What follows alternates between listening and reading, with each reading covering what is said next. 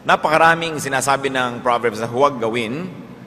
At ngayon po ang titingnan natin, 8 dapat na iwasan, hindi dapat gawin tungkol sa paghahanap buhay, sa pagtatrabaho, at sa mga bagay na may kinalaman sa ating pananalapi. Amang Diyos, salamat sapagkat kayo ay God of wisdom, God of everyday life. Humihingi kami ng karunungan na maunawa yung salita at nan sa ganon, magkaroon ng magagandang bunga sa pang-araw-araw na pamumuhay. Salamat po sa iyong karunungan na ibinibigay sa amin. Patawarin niyo po kami sa aming mga kasalanan, linisin niyo kami sa aming mga pagkukulang, at nawa, Panginoon, kayo ang mangusap. Salamat sa pag-iingat niyo, sa mga tagumpay na ibinibigay. Salamat sa pagkandili niyo sa amin. Turuan niyo kami ngayon, at nawa sa pagtuturo niyo, ilayo niyo kami sa mga kasalanan, sa mga kamalian, sa mga panlilito ng kaaway. At ganon din ilayo niyo kami sa masasamang tao at masasamang espiritu. Let your wisdom prevail in our lives, and may we come out of this activity enriched by you, empowered to have a much better life. Father, teach us. In the name of Jesus, your Son, our Lord, we pray. 8 proverb no-nos on work and money matter. No, number 1, do not deny rewards to those who deserve them. Isang uri ng kabanalan na hindi natin ipagkait ang mabubuting bagay, gantimpala at kagandahang loob sa mga karapat-dapat na tumanggap nito. Proverbs 3:27, do not withhold good from those who deserve it when it is in your power to act. Kung kaya rin lang natin, abot kaya natin, ay huwag na nating tatagalan pa, huwag na nating pinahahaba pa ang paghihintay ng mga taong dapat ay tumanggap sa atin ng kabayaran o kaya ay gantimpala. Luke 10:7, for the worker deserves his wages. So unang-una na dapat na mag-isip-isip nito ay yung mga nagpapasahod, nagpapasweldo, yung may mga empleyado. Na huwag nang i-delay pa, kung pwedeng ibigay na, kailangan na ngayon, ibigay na. Huwag nang tagalan pa. At ibigay yung tamang amount, sa tamang panahon, because the laborer deserves his wages. In Romans 13:8, let no debt remain outstanding. Kung sa gayon, hindi lang mga utang na pinansyal, hindi lang mga babayarin sa pananalapi, kundi pati ang pagbabayad at panunukli sa utang na loob. So that we return love for love. We give back to those who give to us. We smile back to those who smile at us. Sabi, dapat wala kang utang. Dapat lagi ka nagbabayad. So ang ginagawang mabuti sa iyo, lagi mong susuklian at susuklian agad-agad, huwag nag-ipaghintay pa. Do not delay the dispensation of good things. Kuminsan, madali nating malimutan na hindi lang yan tungkol sa pera at pagbabayad ng mga utang, kundi paggawa ng mabuti sa ating mga mahal sa buhay. Kuminsan, meron kang intensyon na i-blow out naman ng iyong asawa, ipasyal naman ng iyong mga anak, o kaya ay pakainin naman yung mga taong may mga nagagawang mabuti sa iyo, pero hanggang gano'n na lang, hanggang plano na lang. One good act is better than 1,000 good intentions. Hindi mo pwedeng sabihin sa isang taong namatay na balak pa naman sana kitang dalawin next month at dala ng prutas. Namatay na eh. Hindi mo pwedeng sabihin sa isang tao na lumayo na ang loob sa iyo, na balak sana kitang ipasyal, mahalin, balak kitang isipin at pag-isipan lagi, pero lumayo na yung loob, hindi mo na maibalik, nahuli. Sabi nga ng mga matatanda, aanhin pa daw ang damo kung patay na ang kabayo. Kaya kung meron tayong mabuting magagawa, mabuting binabalak gawin, gawin na. Una, hindi tayo nakakatiyak na pag ginawa natin yon ay welcome pa doon sa tatanggap yung ibibigay natin. Hindi rin natin alam kung siya'y malusog pa o buhay pa o gising pa, kumpleto pa ang pag-iisip sa panahon na gusto nating ibigay. At hindi rin natin alam kung sa panahon na gusto nating ibigay yon, tayo'y malakas pa o buhay pa. Dapat ibigay na natin agad ang mga dapat ibigay. Proverbs 3:28, do not say to your neighbor, come back later, I'll give it tomorrow, when you now have it with you. Nanghihiram, humihingi, nagpapatulong ang tao, pwede mo nang ibigay, papatagalin mo pa. Kung minsan merong nanghihiram sa'yo ng pera, pero sige, next week gagawa ako ng paraan, pero kaya mo na ngayon. Pero ayaw mo namang magmukhang dali-dali kang nagkapera dahil baka kaabusuhin. Pwede mo naman sabihin, alam mo, ang tagal-tagal kong inipon-ipon ito, o eto ngayon, na sabi mo rin na hindi naman ganun kadaling maglabas sa'yo ng pera para hindi ka abusuhin, pero hindi mo naman tinagalan pa ang pwede mong ibigay na. Kindness delayed is kindness denied. No? Bakit naman gusto natin at sinasabi sa Biblia na ibigay mo na yung dapat ibigay, huwag mo nang tagalan? Una, dahil mahal ng Diyos yung mga nangangailangan na dapat nating tulungan. Pero huwag nating kakalimutan na ipinagagawa sa atin yon dahil mahal din tayo ng Diyos. Dahil alam ng Diyos na una, lahat ng ginagawa nating mabuti ay aani din tayo. So bakit mo tatagalan ng pagtatanim? Di tumagal din yung pag-aani. Na-delay din yon. At alam din ng Diyos na kung meron tayong mabuting kalooban at ninanais gawin na mabuti, pag hindi natin nagawa at hindi na tayo nagkaroon ng pagkakataong gawin yon, maaari tayong pahirapan ng ating budhi. Feelings of guilt will haunt you, you will feel bad, and it is not good for you and for your health. Kaya sa Proverbs, makikita natin lahat yung kabutihan na yan. Hindi lang pang ibabaw ng mga kabutihan, hindi lang yung mga instant results, kundi may malalalim na counterpart yan in the spiritual world na kahit hindi natin nauunawa ngayon, sundin na lang. Hindi magiging Proverbs ang Proverbs kung yan ay hindi napatunayan ng maraming saling lahi at ng mahabang panahon ng pagsunod at pagsuway na tama nga yan. So sundin natin dahil nauunawaan, at kung hindi nauunawaan, sundin pa rin. Kesa naman ang ating pairalin sa ating buhay ay kamangmangan, katigasan ng ulo, sapagkat yang nakasulat dyan ay napatunayan na totoo at epektibo. At huwag ding mambitin.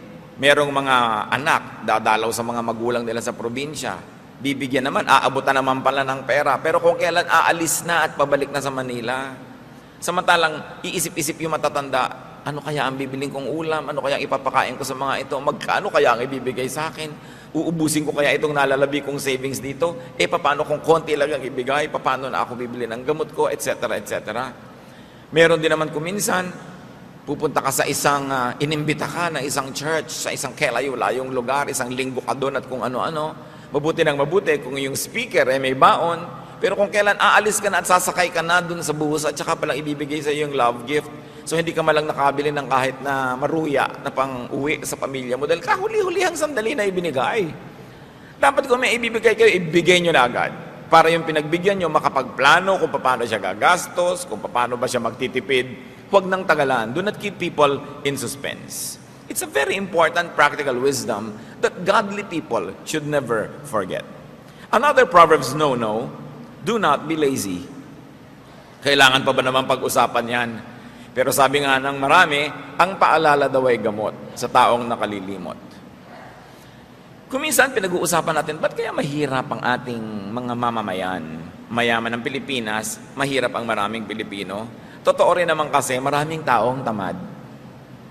Wala nang inisip kundi ubusin ang oras sa pagsasaya, sa pagtulog, sa pagpapahinga, sa pag-inom, sa pagchichismisan, sa paglilibang-libang, pero walang ginagawa na productive effort. Proverbs 20:13, do not love sleep or you will grow poor. Stay awake and you will have food to spare. Natutulog ang tao para magkaroon ng lakas para makapaghanap buhay. Hindi siya natutulog para lang matulog ng matulog at hindi nabubuhay ang tao para itulog lang ang buhay. And very importantly, do not associate with lazy people. Do not reward laziness. Kung minsan may mga kapatid ka na productive, merong mga tamad, pero yung tamad, yun pa ang palahingi, yun pa ang palaasa, yun ang maraming iniisip na gastahan. Kailangan hindi laging sinusuportahan ang mga hilig at mga bisyo ng mga tamad, sapagkat lalo lang silang nasasanay na magpakatamad at iasa ang kanilang buhay dun sa mga masisipag. True godliness will result in industry. It will result in us becoming very, very good and excellent and fruitful workers. Hindi bagay ang tamad sa mga Kristiyano, sa mga sinasabing sila'y anak ng Diyos. Sapagkat sa Biblia, nakita natin na sa 7 araw, 6 na araw nagtrabaho ang Diyos. At sa ika-7, nagpahinga. We've got to earn the bread we eat. We've got to earn the food we eat. Unless we're too old, too young, or too weak, we are not exempted from having to work. Kung minsan din nakikita mo marami mga tao, hindi pa naman talaga mahina, nagre-retire na. Kaya tuloy nabibilis ang paghina. We can semi-retire, we can slow down a little bit, pero habang nabubuhay ang tao, mas magandang productive siya. Naghahanap buhay pa rin. Habang kaya ng isang tao na siya ay kumita fully o partially, dapat ginagawa yon. hindi yung ambisyon na lang natin. Kung minsan, iasa na lang ang buong panahon ng pagtanda natin sa ating mga anak. Bagamat mabuti, mainam, dapat na ang mga anak ay maging supportive sa mga parents. Mabuti rin na ang mga magulang, habang kaya natin, huwag muna tayong umasa. No? Kasi kung minsan, yung mga anak din naman natin, hindi naman pag-abot-abot ang kinikita nila, pagkatapos mag-aasawa pa sila, magpupundar, magsisimula sa buhay, nakagagapos sila. Minsan hindi na sila makaangat-angat, hindi na sila maka-take off sa dami ng dala-dala na mga umaasa sa kanila. Ngayon, mainam lang umasa kung tayo sobrang tanda na nga, o sobrang bata pa lang, o sobrang mahina ang katawan natin dahil tayo may karamdaman. But we should always be productive. At ang tao talaga, pati yung mga brain cells niya, nare-refresh, nare-renew, kung siya lagi nagtatrabaho at na-challenge mag-isip, hindi yung inaagad natin at dinadalian ang sobrang pagpapahinga, sapagkat yan ay hindi rin nakakabuti sa ating sariling kalusugan. Do not be lazy. And another Proverbs no-no is do not cheat in business. Proverbs 20:23, the Lord detests differing weights, and dishonest scales do not please Him. Nakita po natin kung gaano kadetalyado ang Diyos, kung gaano kadetalyado maging ang Biblia, pati yung mga madadayang timbangan, kinamumuhian daw yan ng Diyos. So kung tayo ay nagtitinda, hindi dapat madaya ang mga timbangan. Hindi tayo dapat nandadaya in terms of quantity, in terms of quality, and sometimes in terms of schedules. Meron kang kontrata, dapat mag-deliver ka ng ganong bagay, tapos hindi mo naman sinisikap na ma-deliver at puro ang ino-offer natin excuses.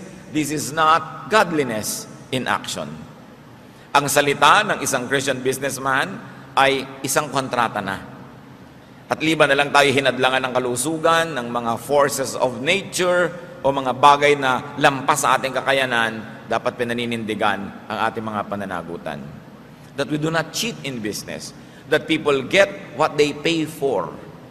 Hindi yung dinadaya yung quality, yung quantity, at kung sari-saring mga pagtitipid. Kung minsan, nakakalungkot yan, bibili ka ng bahay na hulugan, ginawa ngang affordable, pero sobrang namang rupok. Maganda lang dahil may pintura, maganda lang yung itsura, pero konting hangin, konting bagyo, konting uga, giba-giba na yung bahay. How can contractors do this to people whose lifetime savings are going into this dream of owning a home or a house?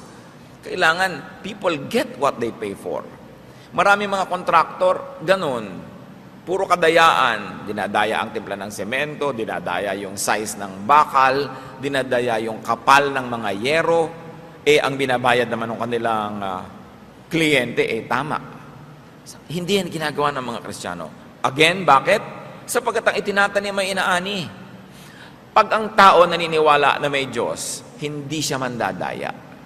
Sapagkat ang Diyos ang nagsasabi na kung anong itinatanim mo, aanihin mo. So bakit mo magtatanim ka ng hindi maganda na ikaw din ang aani? Another no-no na itinuturo po ng Proverbs, at ito yung madalas nating ulit-ulitin, pero parang hindi nadidinig ng iba, patuloy pa rin silang nabibitag na ganitong problema. Do not be a guarantor. Proverbs 22:26, do not be a man who strikes hands in pledge and puts up security for debts.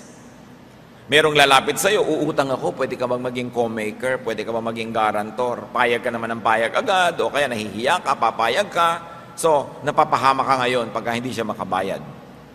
Ang tanong ng iba, paano po kung talagang gusto ko naman makatulong, at sa lagay, hindi na po ba ako tutulong sa mga kaibigan ko, kamag-anak na nagpapagaranti? Tumulong ka, kapatid, hindi masama, pero maging handa ka na magbayad.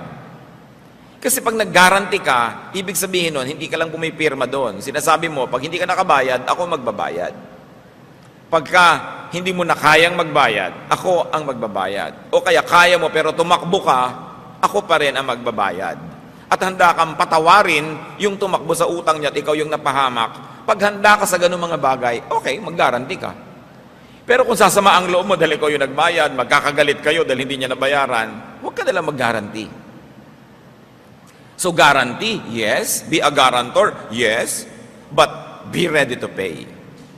Be emotionally, spiritually, and financially ready. Para kung sakaling nangyari, handa ka na, sabi mo, talagang ganun, pumirma ako, so akong magdusa dito. Dahil noong pa man niyakap ko na yung pananagutan na kung hindi niya ito mabayaran, ay babayaran ko. Hindi yung dinidemanda mo na siya ngayon, ginugulo mo na siya ngayon dahil hindi siya nakakabayad. Nag-guarantee ka eh. Kasama yun. Ang kausap ko po dito, yung mga nag-guarantee ha, hindi yung nagpa-guarantee. Kailangan kung nagpa-guarantee ka, talagang sukdang mahubaran ka na ng lahat ng mahuhubad sa'yo, ibayad mo muna bago mo ipahamak yung nag-guarantee sa'yo. Hindi yung bigla ka na lang mawawala. Mayroong mga ganyan at napakahirap talaga yung namamagitan ka. Yung may investment, may investor, ikaw nagsabi, investor, mag-invest ka dito. Tapos ito nalugi, ito ngayon nagagalit sa'yo. O kaya ito tumakbo na 1, 2, 3 niya si investor, ikaw ngayon ang naipit. Ang hirap nun. So habang hindi kayo handa talaga na magbayad emotionally, spiritually, financially, huwag din kayong mamagitan sa ganung mga bagay. Ilang mga tao na ang alam natin na talagang tumakbo, na nirahan na sa ibang bansa, nag-exile na forever dahil napagitan sila sa ganung mga transaction. Naipit sila. Yung iba, alam naman nila at sinasadya nila, pero marami, inosente talaga, hindi nila alam na doon magwawakasyon. Yung mga nag-i-invest naman, tatandaan ninyo, ang investment, may kakambal yan na peligro. Walang guaranteed income. Hindi tayo tiyak kung anong talagang kakasigurado ka nakikitang investment. Kaya pag may lumalapit sa inyo, sir, ma'am, sister, brother, mag-invest ka dito, siguradong kikita ito. So ang itatanong mo, love mo ba ako? O kaya kung hindi mo tanungin siya ng diretsahan, itanong mo sa sarili mo, love ba niya ako? Kasi kung ang sagot nyo, no or maybe, huwag kayo mag-invest. Bakit? Alam pala niyang tiyak na nakikita, ba't hindi niya ialok sa nanay niya, sa tatay niya, sa kapatid niya? Kasi yun ang mga love niya eh. Ba't sa inyo? Doon pa lang mag-isip na kayo. Sure na sure ka pala eh. Bakit hindi mo hubarin yung hikaw mo, ibenta mo, i-invest mo? Sure na sure ka pala, nakikita yung investment. Bakit bumili ka ng bagong kotse? Bakit meron kang bagong bahay? Bakit bumili ka ng bagong condo unit? Ba't hindi mo in-invest? Sure na sure ka pala, nadadami yung pera sa investment na yan. Kaya yung mga nadadaya, kasi din, nagpapadaya. Nagbubulag-bulagan. Yung mga nag-eengganyo sa atin na mag-invest, tapos sabihin mo, ay, ang ganda ng bag niya, original na Gucci, original na ganito. Uy, ang ganda ng bahay niya, kabibili lang niya ng bagong kotse. Ang una niyong iisipin, hindi itong, wow, kumikita talaga ang investment niya. Hindi yon. Pinagkakakitaan kayo, kaya siya nakakabili. Yun ang isipin niyo. Pangalawa, huwag niyong isipin na kumikita talaga ang investment kaya siya nakakabili. Kasi kung kumikita talaga yon, bawat perang hawak niya, i-invest niya rin. Dahil kumikita pala eh. Kasi ang mga tao umaandar kumisan sa atin yung inggit at kasakiman. Ang ganda ng bag niya. Siguro pag nag-invest ako sa ino-offer niya, makakabili din ako noon. Ang dami niyang cellphone, 5. So siguro ako makakapito pa ako, mag-i-invest din ako. Nakikita niyo, gasta ng gasta. Pakakaulit-ulitin ko, kung nakakatayak siya sa investment na ino-offer niya, hindi siya gagasta, i-invest niya yung pera doon. Pero ba't siya gastos ng gastos? Kasi meron siya mga nadedenggoy na mga tao. Tapos ngayon, iiyak-iyak ka pag tinakbuhan ka, iiyak-iyak ka pag hindi kumita yung investment mo. Hindi mo ba nakikita na sa high cost of living nitong ahente na ito o nitong namamagitan na ito, saan niya kukunin yun kundi sa mga taong tulad mo? Kaunting pag-iisip, makakaiwas tayo sa maraming dilubyo. So do not be a guarantor and do not believe people who always guarantee. Lagi akong may doubt sa ganyan. Yung nag-a-apply na driver, kaya mo ba na drive-in tong ganito? Opo, kayang-kaya ko yan. Pagka sinabi yung kayang-kaya, mag-doubt kayo. Dahil yung mga tunay na marurunong, tingnan nyo po, tingnan natin, sisikapin po natin. Kasi dinadaya ka na maraming mga pangako. Yung mahilig mangako, walang laman sa loob. Kaya dapat ang tao nag-iisip-isip, no? Pagka sinabi mo sa ng isang tao, lumiligaw sa'yo, mamahalin mo ba ako for life? Pag sabi niya, yes, promise. Mag-doubt ka. Kasi yung tunay na tao nagmamahal, ang sasabihin niya, I'll do my best, sisikapin ko. Dahil alam niya na pwede rin naman siyang matempt, pwede rin siyang magkulang. Yun ang mas honest na paraan at mas katanggap-tanggap at mas kapanipaniwala.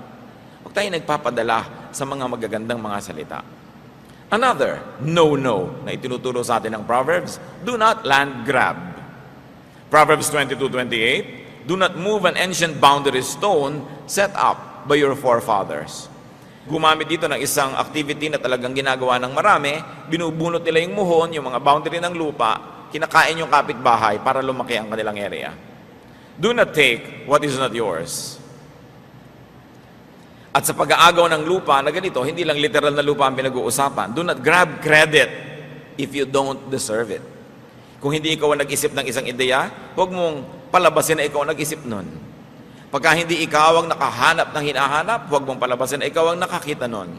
In other words, get what you only earn and deserve in what you really own. Hindi ka dapat mangaagaw. Once more, bakit? Because you harvest what you plant.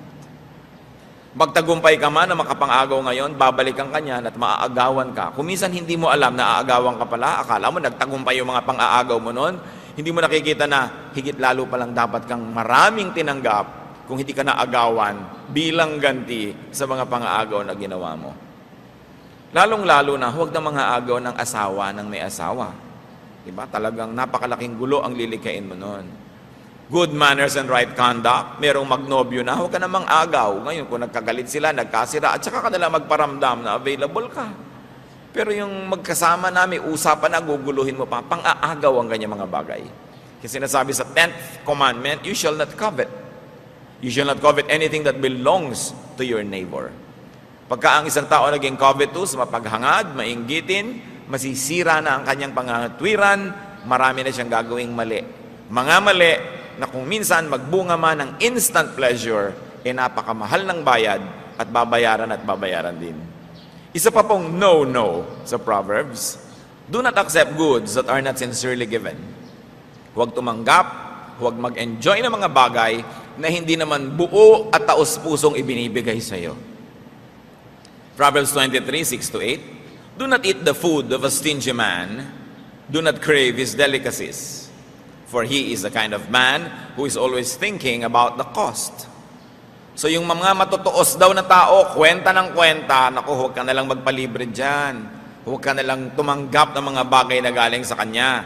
Kukwentahan ka niya. At hindi ka pa nakatatalikod, sinisimula na niyang balakin kung paano ka sisingilin. Eat and drink, he says to you, but his heart is not with you. You will vomit up the little you have eaten, and you will have wasted your compliments. Kung hindi daw taos-puso ang pagbibigay, huwag mo na lang tanggapin. Sabi na matatanda, kung hindi ukol, hindi bubukol.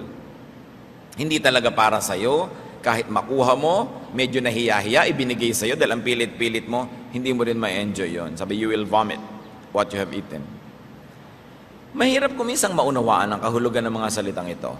Dahil merong mga talagang eat and run, ano ngayon kung ayaw niya, nakain ko naman. Ano ngayon kung ayaw niya ibigay, nakuha ko naman. So akala natin, nanalo na tayo noon, nagwagi na tayo. But the Word of God is true.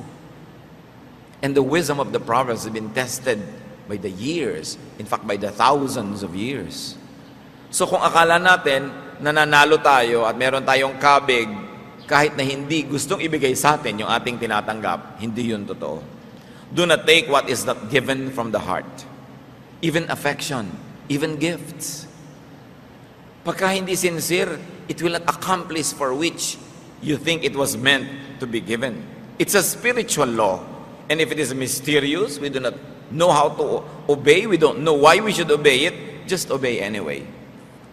Sinabi kasi, pag alam mo na pabalat bunga, huwag mo nang tanggapin yung iniaalok. Pag alam mong napilitan lang na isasama ka, yung lalakad na sila, biglang nakakalat ka, ay, sama ka. Wala ka naman sa plano. Huwag ka nang sumama. Kalabisan ka doon. Una, maaagawan sila ng kasiyahan dahil mayroong element na nandun na hindi naman nila inaasahan nandun. At ikaw man, hindi ka naman lubusang masisiyahan dahil alam mong hindi ka talaga kasali. Half given.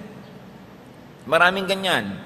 Kahit yung mga sexual favors na kinukuha sa through sexual harassment, yung gusto-gusto mo ang isang tao, empleyado mo siya o may kapangyarihan ka, tapos pipilitin mo siya, hinug sa pilit. Kaya mapait daw yan, sabi ng mga matatanda. Huwag na lang, pagka hindi talagang suko at ibinibigay ng lubos, ano man yon, huwag mong ipilit. Huwag ka nagnanakaw ng halik. Diba? Kung hindi ka naman talaga hinahalikan, huwag ka magnakaw ng halik, kamumuhian ka lang.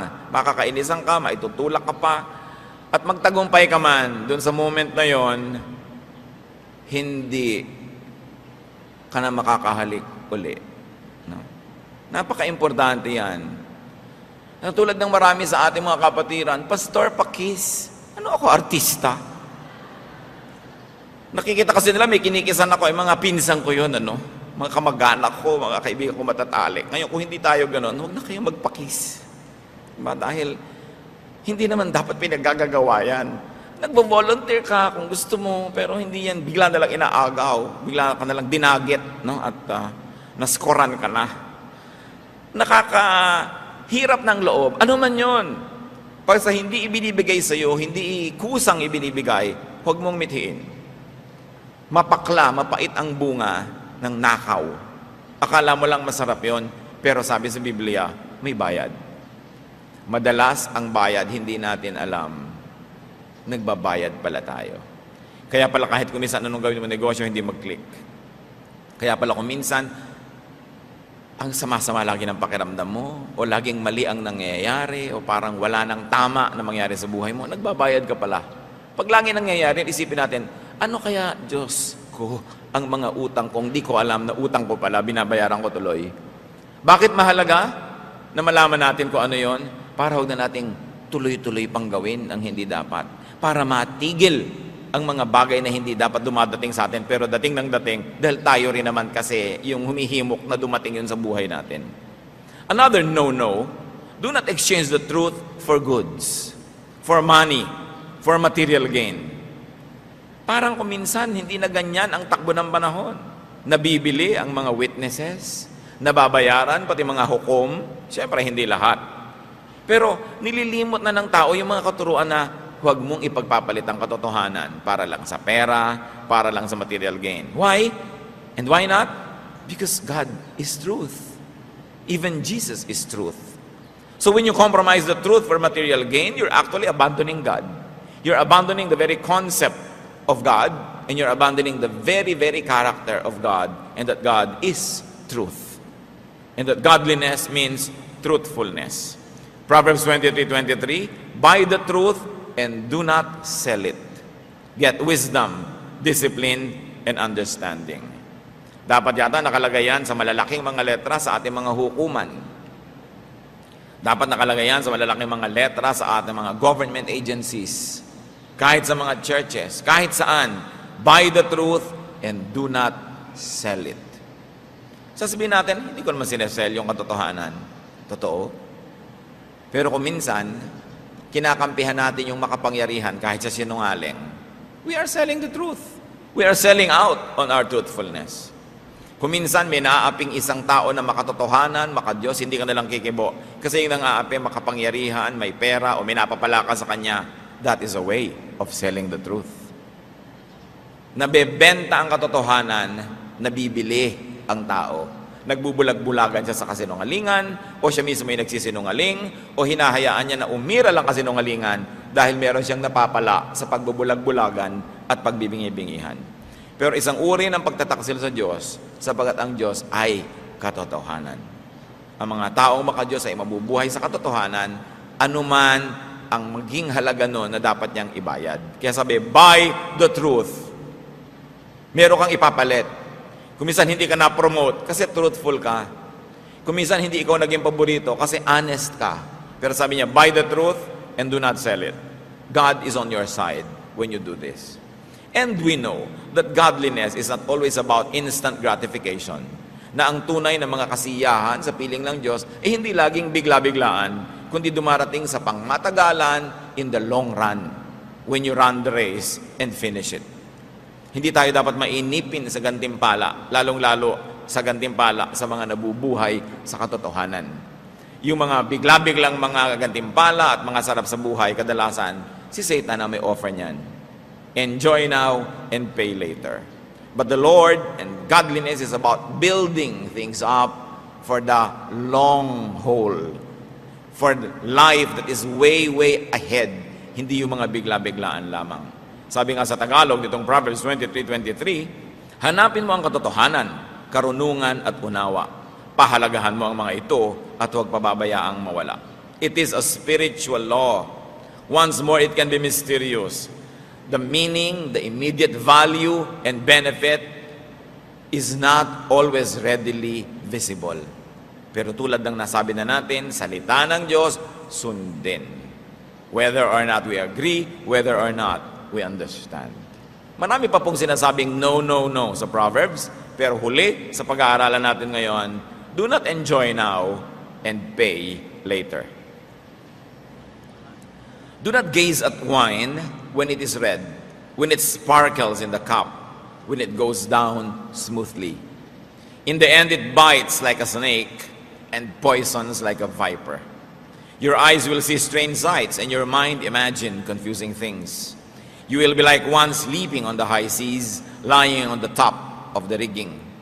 They hit me, you will say, but I am not hurt. They bit me, but I don't feel it. When will I wake up so I can find another drink? Huwag daw mabuhay sa paglalasing. Maraming mga equivalent yan. Do not be high on alcohol. Do not be hooked on drugs. Do not be addicted to artificial intoxication. Sabi yung alak, masarap inumin, masarap sa bibig, masarap lunukin, pero ang sipa, later. Kaya pa nating maintindihan kasi yung mga wine na ginagawa sa Mediterranean areas, sa Israel, sa Greece, sa Spain, sa Italy, yung sa mga area na yan, yung wine talaga masarap sa bibig. So pwede ka talagang masarapan, uminom ng uminom, tapos bukas ang sakit ng ulo mo, lasing ka. Nung lasing ka pala, sinaksak mo yung kumpare mo, sinaktan mo yung asawa mo, sinunog mo yung bahay nyo, binusan mo ng kumukulo mantika ang anak mo nung bangag ka, tapos paggising mo, nagdurusa ka, pero maya-maya naghahanap ka na naman ng bagong fix. Paulit-ulit lang ang ganito mga bisyo. Pero tulad ng nabanggit, mas madaling maintindihan yung umiinom ng masarap, tapos nakakalasing pala at masakit ang ulo mo later. Pero yung mga iniinom ng marami nating kababayan, hindi nga masarap Ang pait. Kailangan pa ng chaser. Diba? Kailangan pa ng pulutan para medyo malimutan mo yung guhit sa iyong lalamunan. Kaya pag may mga tagayan, ikaw, ay nakainom na ako. Ikaw naman, nagtutulak-tulakan actually kung sinong iinom. Pero bakit nag-uumpok-umpukan para mag-inuman? What the verse is saying is, do not exchange a morning after headache for a besotted sleep. Huwag ipagpalit, no? Sa konting sarap sa pag-inom, yung bukas may headache ka, may problema ka pala, meron ka palang gagawin na hindi mo nagawa, meron ka palang hindi mo dapat gawin na siya mo namang nagawa. Do not let the devil take tomorrow just so to have a good time tonight. Do not sacrifice long-term for short-term pleasure. And do not rest now and then work later because you did do your work at the time that you should be doing it. Plant first. Do the right thing first so that you will harvest at the right time. Isa yan sa mga dapat nating laging tandaan. Lalo sa ating kultura. Lagi nilang nagiinuman ng mga tao. At hindi naman titigil uminom hanggang hindi lasing. Sana uminom lang ng kote tapos tumigil na. Pero hindi, talagang 8 cases ng beer. Talagang hindi sila titigil hanggang hindi mga lango. Talagang hindi titigil hanggang hindi sila nag-aaway. Ang dami-dami naman magkakasundo nung nagsisimulang inuman, tapos mamaya nagsasaksakan na pala. Paano? Weak characters lean on strong drink. Yung mga duwag, hindi makapagsalita kundi lasing. Yung mga mahihina ang loob, hindi makapagtapat kung hindi lasing. Kailangan pa nilang lasingin ang mga sarili nila, tapos tatawagin nila yung sarili ang tunay na lalaki. Kailangan mong malasing para ka tumapang. Anong tunay doon? Kailangan nating i-review yan kasi tuwing na lang may fiesta, tuwing na lamang may birthday, tuwing na lamang may okasyon, lagi na lang hindi nawawala ng pasyente sa ospital pagkatapos kasi may nagsaksakan ng basag na bote, may nag-away. At tuwing may naglalasing na mama, may ninenervyos na ginang. May ninenervyos sa mga anak sapagkat ang kanilang papa-papa na ang bait-bait pag nalalasing nagiging halimaw. So bakit kailangan gawin ang mga bagay na ito? Paulit-ulit na lang. Tingnan ninyo, generation to generation to generation, yung mga tatay na mangiinom, nagkakaroon ng mga anak na mangiinom, nagkakaroon ng mga apong mangiinom, na usually pare-pareho naman silang nakalugmok sa kahirapan, pare-pareho mga lubog sa utang, pare-parehong walang maging bunga ang buhay, hindi pa rin natuto na dapat baguhin ang paraan ng pamumuhay. Kailangang tigilan ang ganito mga bisyo. So work, business, money matters are very important elements of life. Kaya nasa Proverbs. Kaya nasa Biblia. The Bible, and now very especially the Proverbs, teach us on work ethics. Teach us on the way to a good life. They teach us values concerning money, business ethics, work ethics. Because spirituality should also be concerned about the here and now, about concrete realities. So we should learn from the Proverbs. Ama namin, salamat sapagkat marami kayong mga itinuturo. Yung iba, alam na namin, kaya lang kailangan laging sariwain dahil nalilimutan din naman kahit alam. At yung mga iba, hindi masyadong madaling maintindihan. Turuan mo kami, Panginoong, unay unawain ang iyong mga pinagbabawal na ito. At makita namin yung karunungan mo kung ba't ito'y ayaw mong gawin namin sa buhay. Ngunit kung may mga bagay na hindi namin lubos maunawa, sumunod na lang kami. Sapagkat alam namin, Panginoon, ang iyong salita ay hindi pwedeng maging mali. Ituro mo sa amin na pakinabangan ng mga salita dito sa Biblia sa pamamagitan ng pagsunod sa kanila, sapagkat ito'y napatunayan na ng marami mga saling lahi at ito'y patuloy na nangungusap sa amin.